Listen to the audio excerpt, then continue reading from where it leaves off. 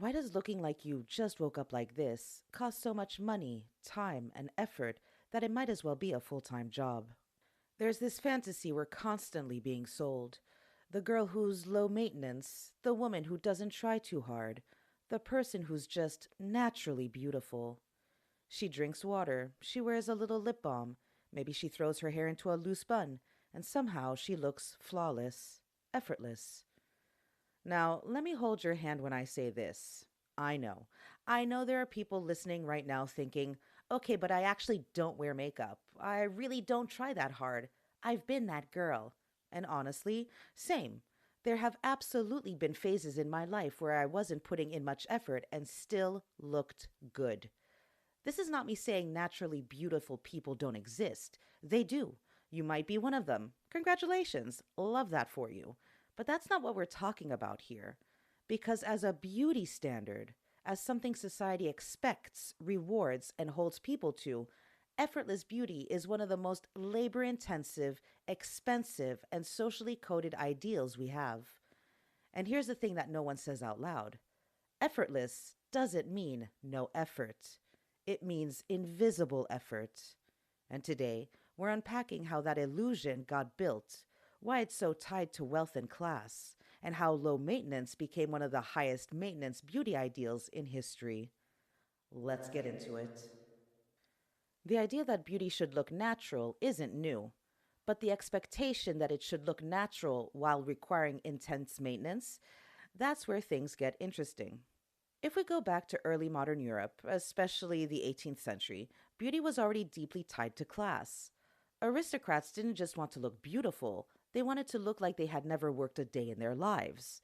Historian Beverly Lemire, who studies dress and consumption, explains that elite beauty was built around visible idleness.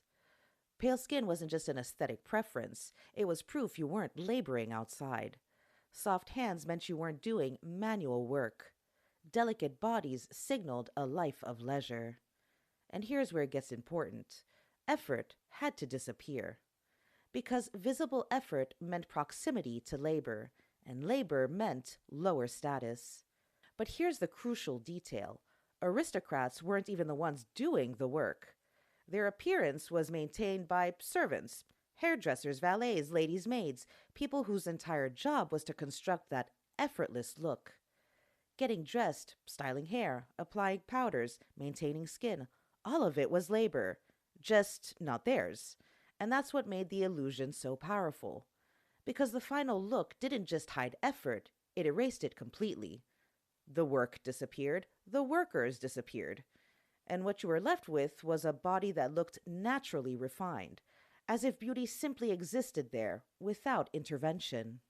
So even though hours of labor went into maintaining aristocratic appearance, the result had to feel unintentional.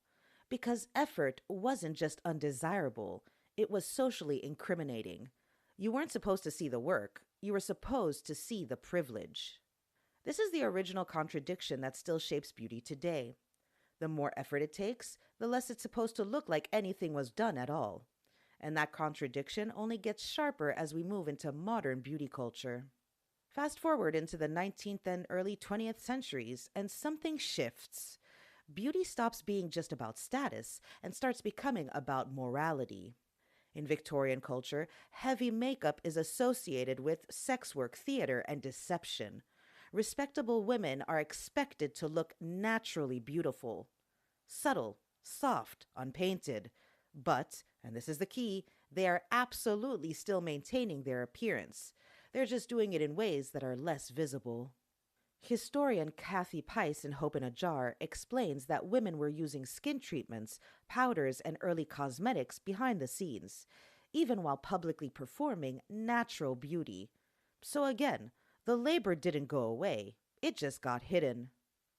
This is where beauty starts getting loaded with judgment.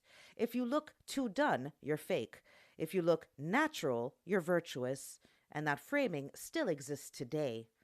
Think about how often we hear, "She's so naturally pretty, she doesn't even wear makeup," as if that's the highest form of beauty, even when it's often not true. By the early 20th century, cosmetics companies started capitalizing on this contradiction. They market products that promise to enhance your features while looking invisible. Foundation that looks like skin, lipstick that looks like your natural lip color, powder that perfects without detection. Sound familiar? This is the early version of what we now call no makeup makeup, which is, ironically, a full face. Now let's talk about today, because this is where the illusion gets extreme. You've seen it everywhere. Glowy skin, slicked back hair, minimal makeup, gold hoops, matching athleisure. Everything looks simple, but achieving that look often involves expensive skincare routines, dermatology treatments, brow laminations, lash lifts, hair treatments, subtle cosmetic procedures, hours of maintenance. Sociologists describe this as aesthetic labor, the ongoing work required to meet beauty standards. And in this case, the labor is constant, but deliberately invisible. Here's the uncomfortable truth. Looking effortlessly put together often requires more resources than looking obviously made up. Because it's not just about products, it's about time, money, knowledge, access. You need to know what to do, how to do it, and how to make it look like you didn't do anything at all, which makes effortless beauty a class signal. Sociologist Pierre Bourdieu, in Distinction, argues that what we consider good taste is often just the aesthetic preferences of dominant social groups, and those preferences are designed to look natural, understated, unforced, because that's what wealth looks like. If you have money, you don't need to be loud about it, and the same logic applies to beauty. The most desirable beauty today is often minimal, refined, controlled, and quietly expensive. It whispers instead of shouting. But that whisper, it's curated. So why does this matter? Because effortless beauty doesn't shape how we look. It shapes how we're judged. You're expected to look polished, look healthy, look attractive, but also not look like you tried too hard, not look artificial, not look high maintenance. So what happens? You're forced into this impossible middle ground where too much effort equals fake, too little effort equals careless, and the only acceptable space is this narrow zone of perfect invisibility. Naomi Wolf argues that beauty standards function as a system of control, one that intensifies as women gain more visibility and power. And effortless beauty is a perfect example of that, because it requires constant maintenance without ever acknowledging the labor. It keeps people working on their appearance, quietly, continuously, while pretending they're not working at all. Not everyone has equal access to this aesthetic, and that's the point, because when effort is hidden, inequality becomes invisible too. Someone with access to expensive skincare, high-quality products, professional treatments, flexible time, can appear naturally put together. Someone without those resources might be seen as less polished, less disciplined, less attractive. Same standard, very different starting points. And now we add social media into the mix. Platforms like Instagram and TikTok reward a very specific kind of beauty. Clear skin, symmetry, youthfulness, soft, neutral styling.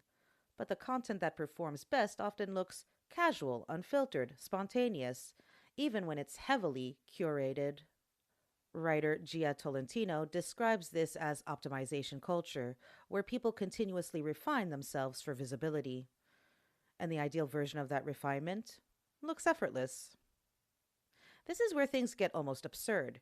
You're not just expected to look good, you're expected to look good without appearing to try, even when you're actively performing for an audience. So now we have curated routines presented as casual habits, filmed, edited, and optimized to look like real life. It's effort, layered on top of effort, disguised as none at all. So what does all of this tell us? Effortless beauty isn't about simplicity, it's about concealment. It hides time, money, labor, privilege behind the illusion of natural perfection. And once you see that, it becomes a lot harder to unsee. Because the next time someone is described as low maintenance, naturally beautiful, effortlessly put together, you have to ask, What work are we not being shown? And who has the resources to make that work disappear? Because in beauty culture, effort doesn't go away. It just gets edited out. Honestly, my love buckets, this is just scratching the surface of this topic. There is so much more to unpack when it comes to invisible labor, class, and beauty. So don't be surprised if I revisit this in a future episode and really tear it apart properly. It will probably be a much longer episode, but I thought I would give you all a break since my last few episodes have been quite long. And just a heads up, next week there won't be a new episode as I'll be away for a few days, but I will be back with a brand new episode on the 9th of April.